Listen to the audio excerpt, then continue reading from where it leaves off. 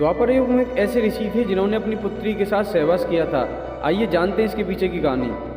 पौराणिक काल में एक ऋषि थे जिनका नाम पाराशर था। उनको जब ये मालूम हुआ कि उनके पिताजी की मृत्यु राक्षसों ने की है तो वो उसका बदला लेना चाहते थे।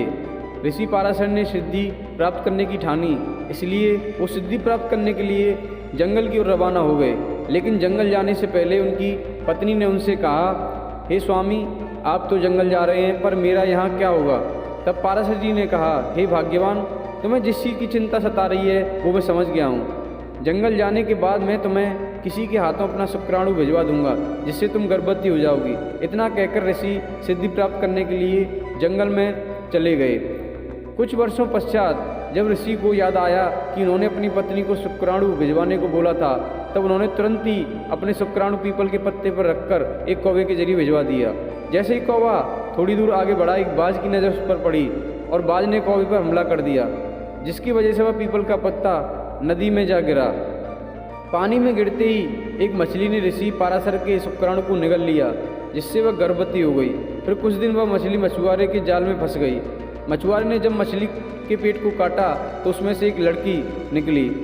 क्योंकि वह लड़की मछली के पेट से निकली थी, इस वजह से उस लड़की के शरीर से हमेशा मछली की महक आती थी और इसी कारण से मछुआरे ने उस लड़की का नाम मत्स्यगंधा रख दिया।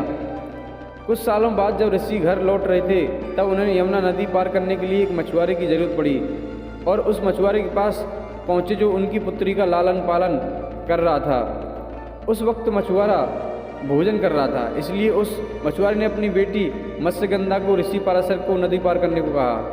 पिता की आज्ञा पाकर मत्स्यगंधा ऋषि को नाव में बैठाकर नदी पार कराने लगी। इधर ऋषि पराशर उस मत्स्यगंधा की सुंदरता व यौवन पर मोहित हो गए और उससे संबंध बनाना चाहते थे। बीच यमुना नदी में ऋषि पाराशर ने उस कन्या से कहा कि मैं तुमसे संबंध बनाना चाहता हूँ, लेकिन उस कन्या ने ऋषि को ये कहकर मना कर दिया कि शादी से पहले किसी के साथ संबंध बनाना अपराध है। लेकिन ऋषि के बार बार कहने पर वो कन्या तैयार हो गई, परंतु उस कन्या ने ऋषि के सामने 3 शर्त रखी। पहली शर्त, मुझे आपके साथ संबंध बनाते हुए कोई न देखे। इस पर ऋषि ने उस समय यमुना नदी में एक कृत्रिम द्वीप का निर्माण कर दिया। दूसरी शर्त, मेरी कौमार्यता किसी भी हाल में भंग नहीं होनी चाहिए। इस पर ऋषि ने आश्वासन दिया कि तुम संतान को जन्म देने के बाद भी फिर से कुंवारी हो जाओगी। तीसरी शर्त, मेरे शरीर की यह मछली वाली दुर्गंध दूर हो जाए और एक ऐसी खुशबू में परिवर्तित हो जाए जो मीलों दूर तक भी पहचानी जा सके। ऋषि ने उसकी दुर्गंध को खुशबू में परिवर्तित कर दिया।